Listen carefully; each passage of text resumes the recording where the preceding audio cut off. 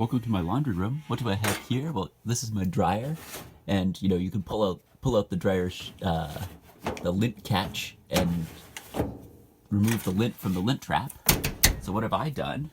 I've taken a bunch of dryer lint and put it in this this container right here. And what am I going to do? I'm going to fill this side and this side each with water. The water, of course, will sort of be soaked into the lint sponge right here. Of course, I don't need to tell you that dryer lint is not a very strong material. So I'm going to fill each side, this one with water, this one with water plus lint, and then we're going to compare the mechanical properties in a rather dramatic test of the two once they've had a chance to freeze. Welcome to my kitchen. So here in this hand I have the dryer lint ice composite, and in this one I have some pure ice. What am I going to do? I'm going to take these, well, I'm going to make a terrible mess. I'm going to lift these up and I'm going to smash them into the counter, into my kitchen counter right here, and then we're going to see how well each composite material withstands the impact. So ready, set. What happened? Well, this one survived, didn't even crack at all, whereas the ice, well, I got a bit of a mess to clean up. So what happens? Well, it turns out that if you make materials that are composites, the fibers from the dryer lint and the resin, the frozen water around them, can actually lend even though the individual two materials are rather weak, the ice and the dryer lint together, they can make up for each other's shortcomings. So the fibers from the dryer lint can basically make the ice less brittle, and the ice can all hold the fibers in the right place, strengthening them together, creating a material that's much stronger than the ice by itself. So how might we sort of explore this in the context of biomaterials? Well, stay tuned for the rest of the lecture. Welcome to Biomaterials. What are we going to talk about today? We're going to talk about composites, which is basically what you get. It's a material that's made of a combination of materials.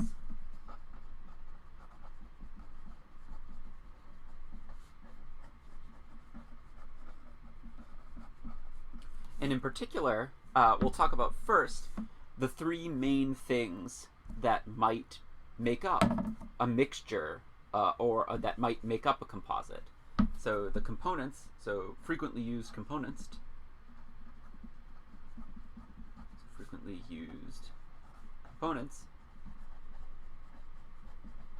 of composites include fibers,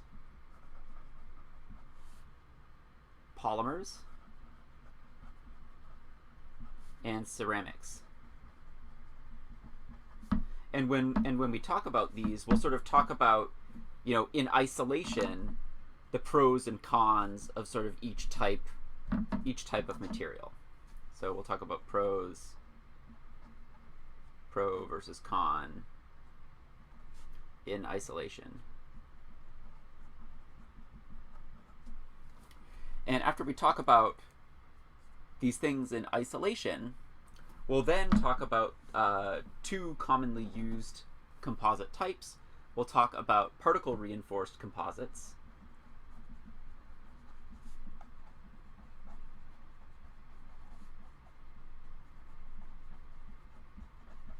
when we might see or use particle reinforced composites in bioengineering, and when we might and what sort of advantages they have over just using any one of their constituents in isolation. And we'll also talk about fiber reinforced composites.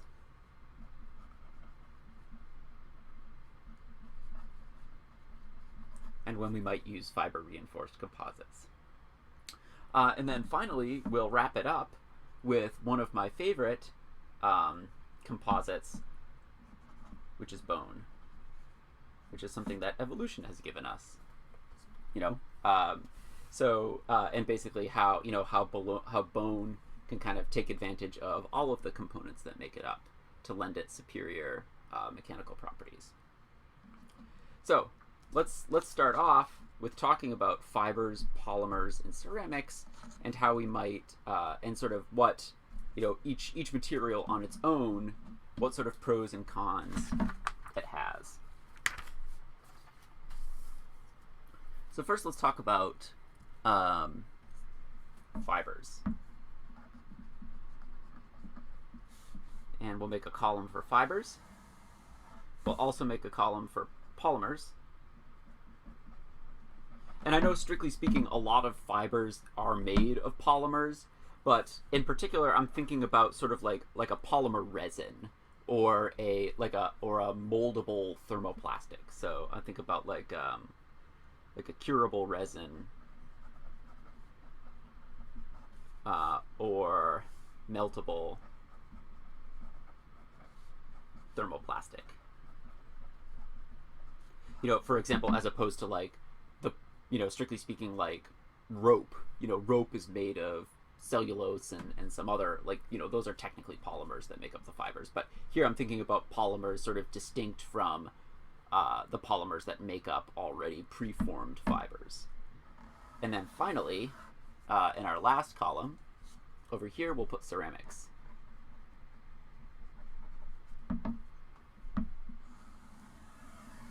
And we'll basically, we'll break it up. We'll think of things that are good, sort of pros and cons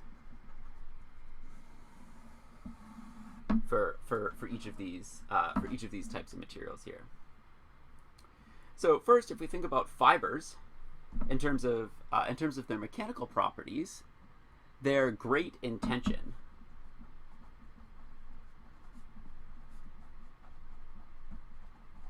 So for example, if you imagined, you know, this rope right here, you know, this rope is composed of a bunch of fibers, and if you imagined if I took this rope, you know, and pulled on it, oh man, this is super stiff. It's super strong. Once I take out the slack in the rope, man, that's some strong stuff.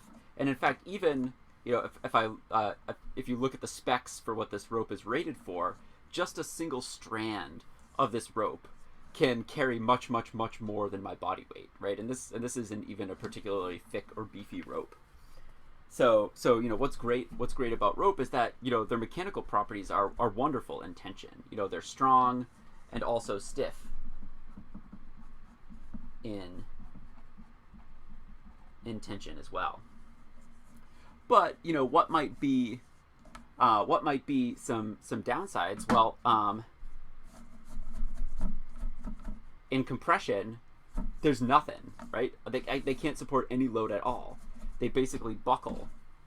You know, buckling sort of being, you know, like theoretically in a perfect world, if this were perfectly straight and I put a compressive force on it, the fiber would compress. But basically, instead of just compressing in direct compression, the rope sort of bends and buckles out to the side. So basically, there's no way to make a fiber just directly compress instead of just bending out of the way. It's much easier for it to just bend out of the way than compress. And basically that bending out of the way basically gives it almost no mechanical strength or stiffness in tension. So buckles in compression basically has no mechanical resistance.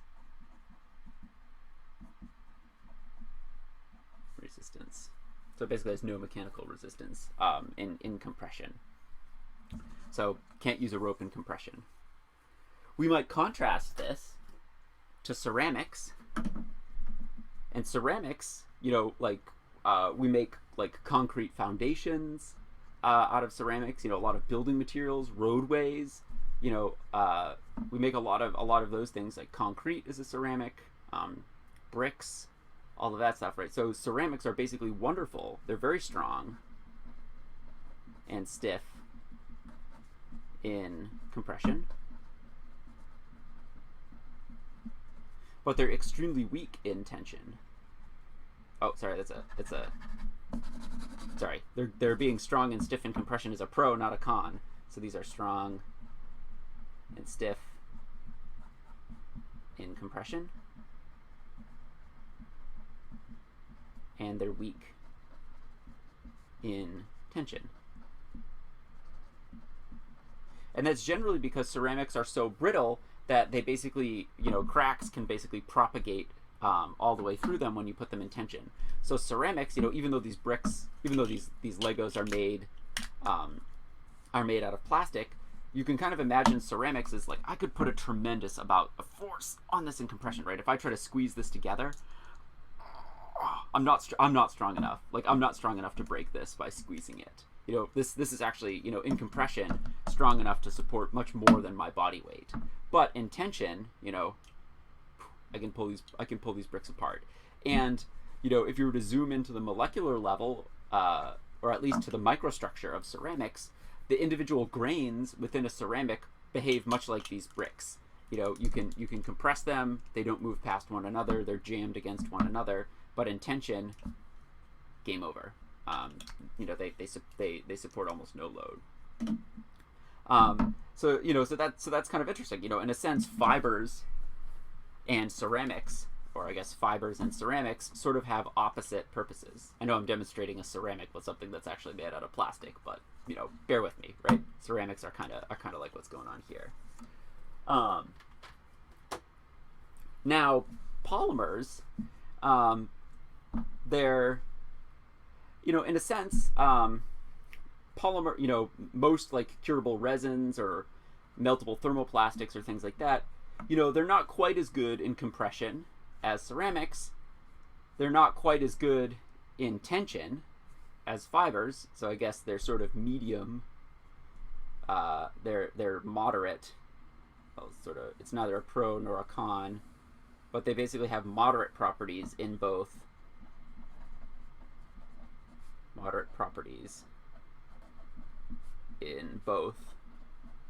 Tension and compression. So I guess that's neither really a pro nor a con. But the main thing about polymers, particularly curable resins or meltable thermoplastics, the main pro is that they're super easy to work with, right? I can take a plastic and I can heat it up and I can injection mold it in the right place. So there's basically easy to work with.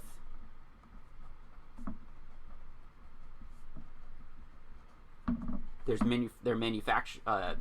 manufacturable, right? For example, via injection molding or machining, or just about anything.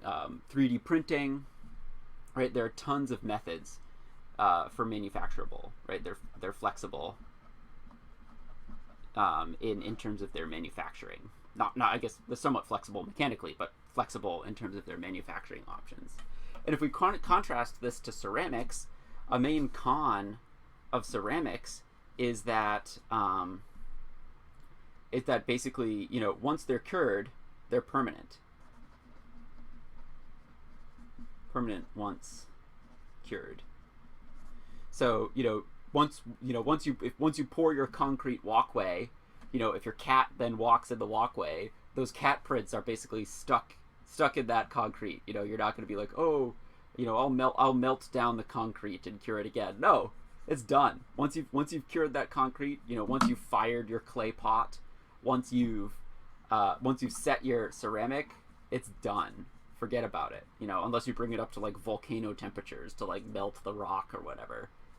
There's no way it's breaking down. So so that limits our ability to use things in in terms of our engineering and our manufacture. Whereas like polymers, I can melt and I can refreeze them. You can't really 3D print concrete, but you can 3D print plastics by basically having a spool of material and melting the plastic on its way out, and then having the plastic solidify in whatever shape you want to lay out.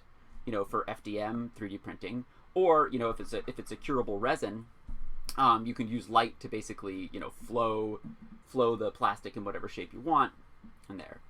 And fibers, of course, are basically so poor in compression that no one makes a sculpture out of rope, right?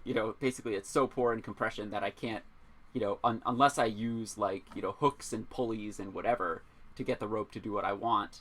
I can't really even form fibers by themselves into any appreciable shape. So these aren't really even formable at all.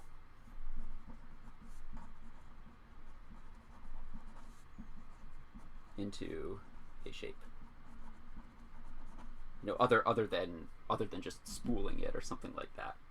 So what does this mean? Well, this lends us to the ideas that, hey, if I took a combination of ceramics and some curable resin, I might be able to have some of the manufacturability benefits of polymers and some of the strength aspects of the ceramic, and the moderate properties of the polymers might be able to temper that. Or if I took fibers and cured them in a polymer, with a polymer all around them, then I can form those fibers into the right shape, and the polymer can prevent the fibers from buckling. So this lends us to our next idea of combining fibers in polymers or ceramics in polymers to make particle reinforced composites, typically involving ceramics, or fiber reinforced composites, typically involving fibers. And either one of these, combining them with polymers to sort of get the manufacturability benefits of polymers, but with some of the mechanical properties of either fibers or ceramics.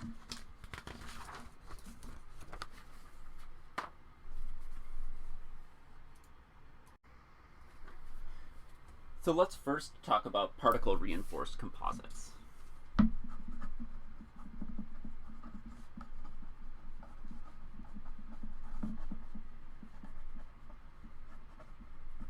And in particular, where the particles are made of ceramic. So if we use ceramic particles, and they're reinforced in a polymer resin. So what might that look like? Well, you could imagine starting with a bunch of ceramic particles.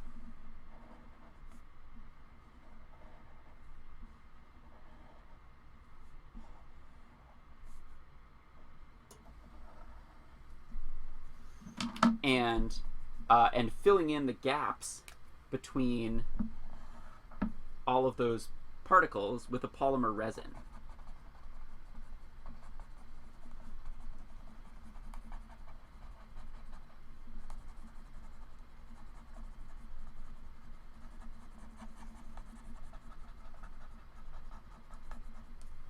So what would the benefits be? Well, if you imagine if this is a liquid, so it's when it's liquid, basically the whole system,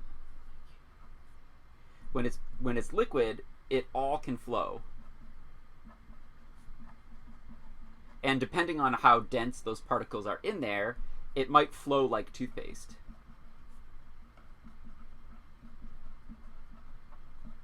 In terms of its consistency, right? Toothpaste is basically a liquid that surrounds a bunch of hard particles. Only it never actually cures. These polymer resins, it's a liquid sort of surrounding a dense suspension of solid ceramic particles. And this is actually used in an application in dental fillings. So for dental fillings,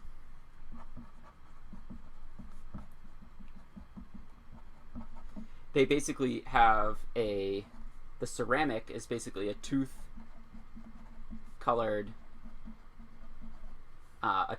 ceramic. Forget exactly what ceramic it is. I think it's some kind of it's some kind of ceramic that basically has similar mechanical properties to natural enamel. And but of course you can imagine with dental fillings, everyone's tooth decay, everyone's natural teeth are different shapes, and everyone's tooth decays in a different shape. So I can't just have a pure ceramic go in there and by some chance of luck be exactly the right size and shape to fill my unique cavity. No, I need the flexibility of a polymer resin that basically fills in the gap just right and seals to the existing tooth in order to prevent further decay, further infiltration from bacteria. But most polymers don't stand up to the wear and tear of a mouth. We're all stressed. We grind our teeth when we're stressed out, when we sleep. We chew food.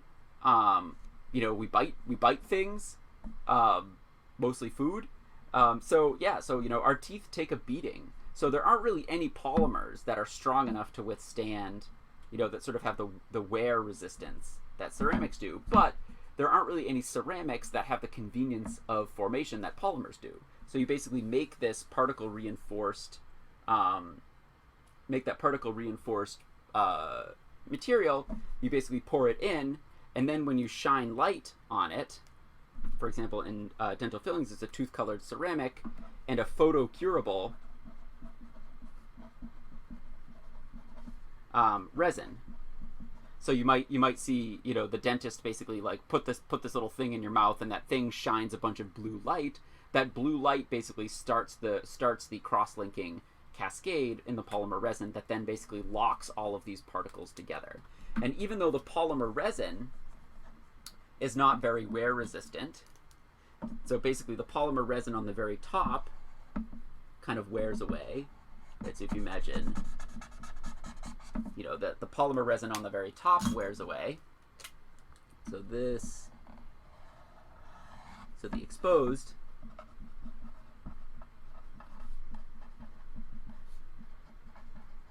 wears away, which is why the surface of your filling might feel funny for a couple of days, might almost feel a little rough or funny for a couple of days after you get your filling. But once that resin wears away, it then leaves very durable ceramic underneath.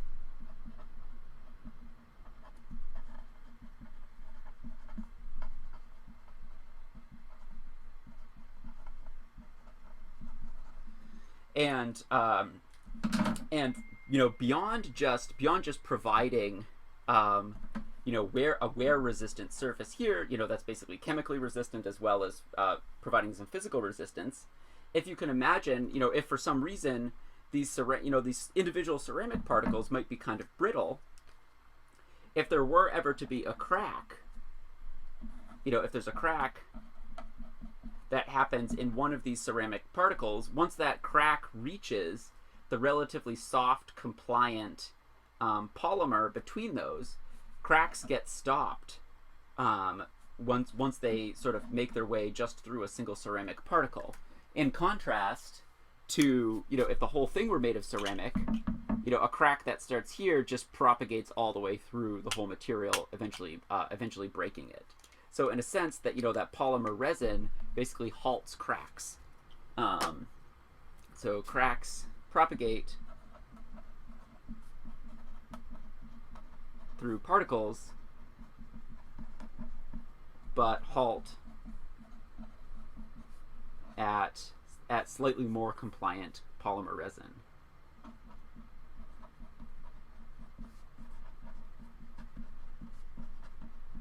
And what does that mean? That basically makes that sort of adds a bit of ductility, which you can imagine. And anyone who's cracked a tooth, wishes their teeth were just a little more ductile than they had been prior to the crack. So this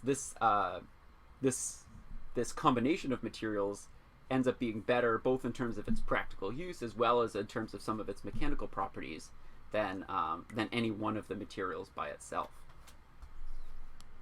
We can also think about fiber reinforced composites and the benefits that they have.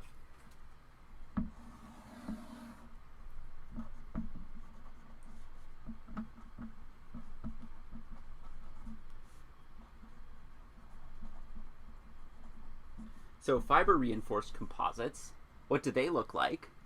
Fiber reinforced composites essentially have a whole bunch of fibers.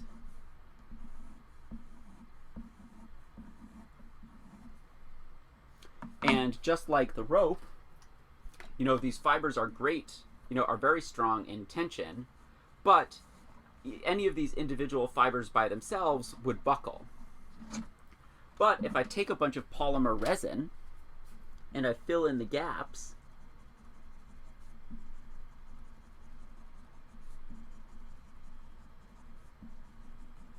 the resin glues them together.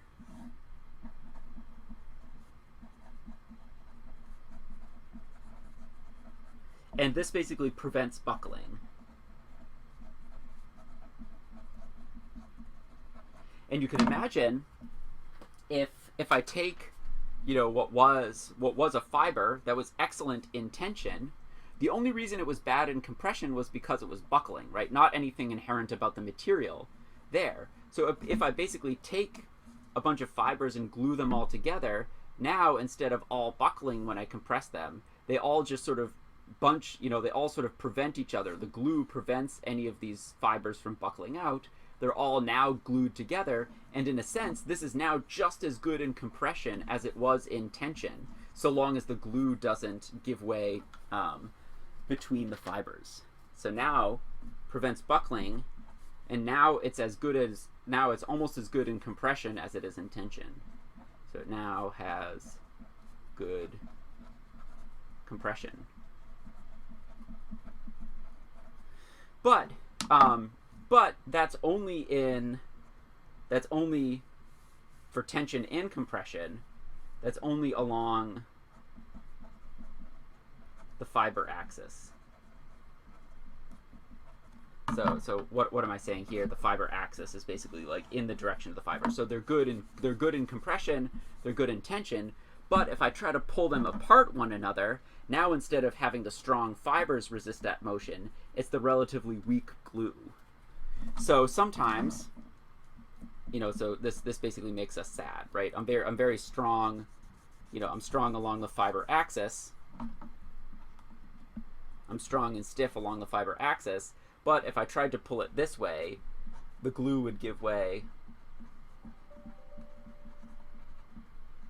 Give way if pulled cross axis.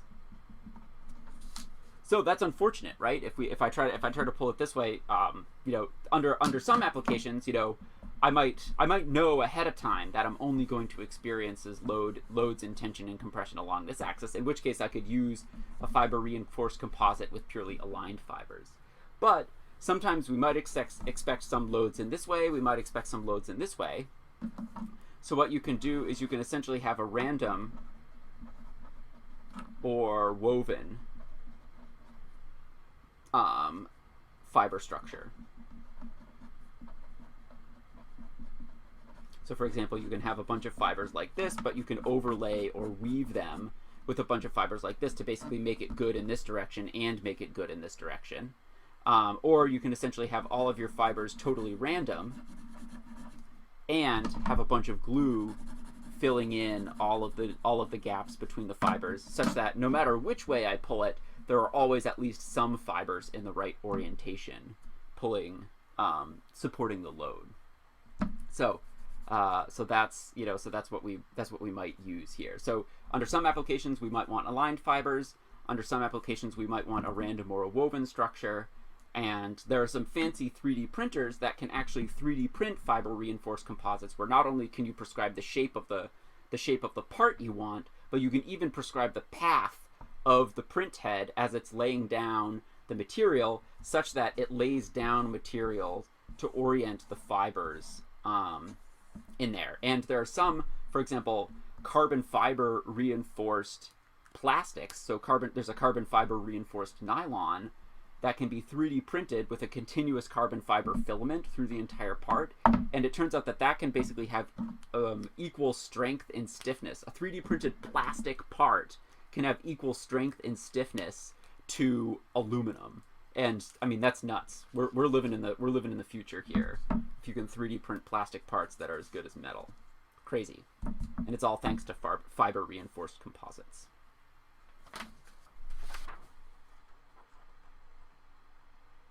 So that leads us to our final topic right here, which is bone. And you might say, you know, if fibers are good,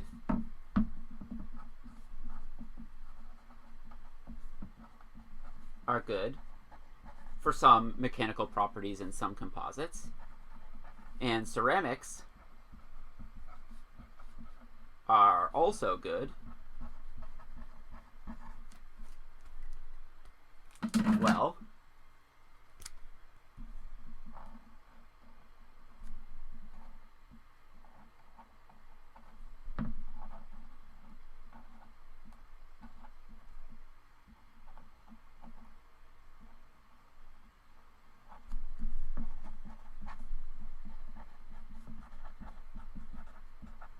Why not both?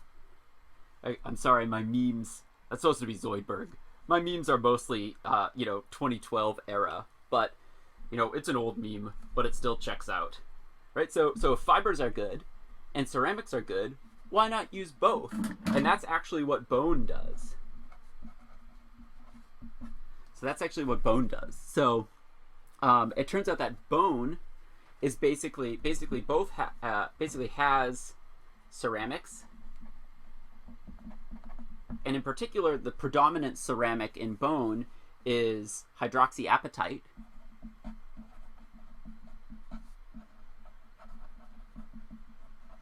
which is basically this calcium.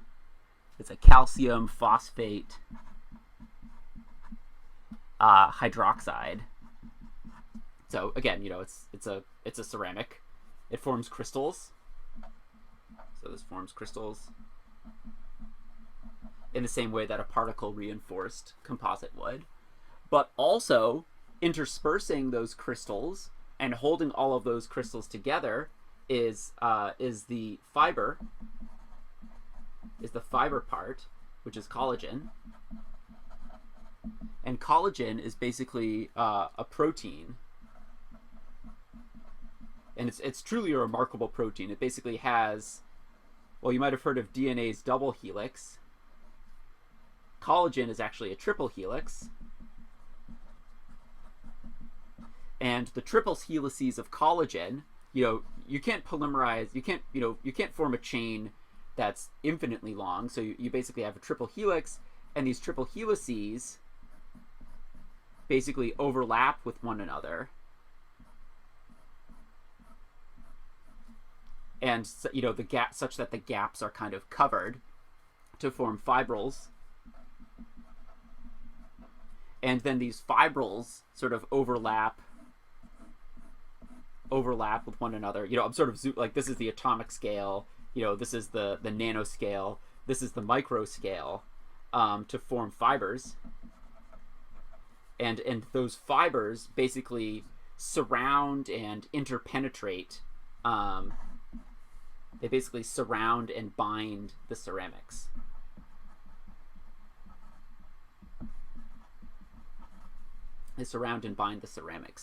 And this is amazing, right? And ordinarily, it would be pretty hard to basically put a crystal and then put a fiber and then put a crystal and a fiber and have the fibers also all surrounding it. But our cells basically possess the biological machinery to create a ceramic fiber composite that has all of these things in their proper orientations. And our cells basically sense the mechanical environment around them and align the crystals of the ceramic and the fibers to maximize the strength and stiffness to sort of effectively transmit loads in the body. And if you don't believe me, bone's mechanical properties are amazing.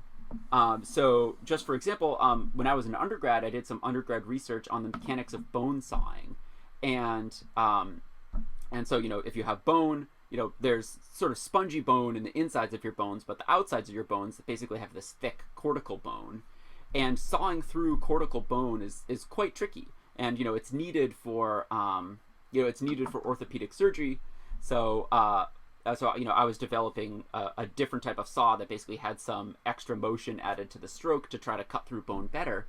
But there were some bones, when we were testing our bone saws, the saw would sort of just saw and saw and saw and saw and saw, and it would take sometimes like a minute or more to like cut through a section of bone. And by the time that saw blade had cut through the bone was so strong, so hard, so tough due to this composite effect that it would actually burn the surface of the bone due to all of the friction from the saw blade moving back and forth. So when I actually picked up a piece of cut bone, I actually burned my thumb on the cut chunk of bone that was left because there was so much heat.